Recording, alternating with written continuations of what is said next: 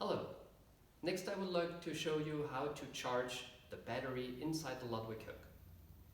The LUDWIG hook contains a 4.8 volt rechargeable battery which has an autonomy of approximately 2 weeks when working in a one-shift application.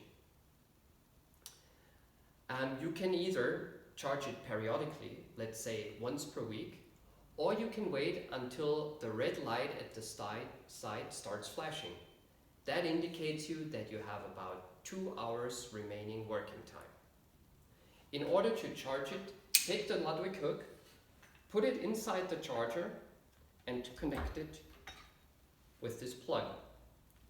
The multicolor LED will show you which status you are in the charging process. Even if the battery was totally empty, it won't take more than 2 hours to fully charge the LUDWIG hook battery and start working again. Thanks for your attention.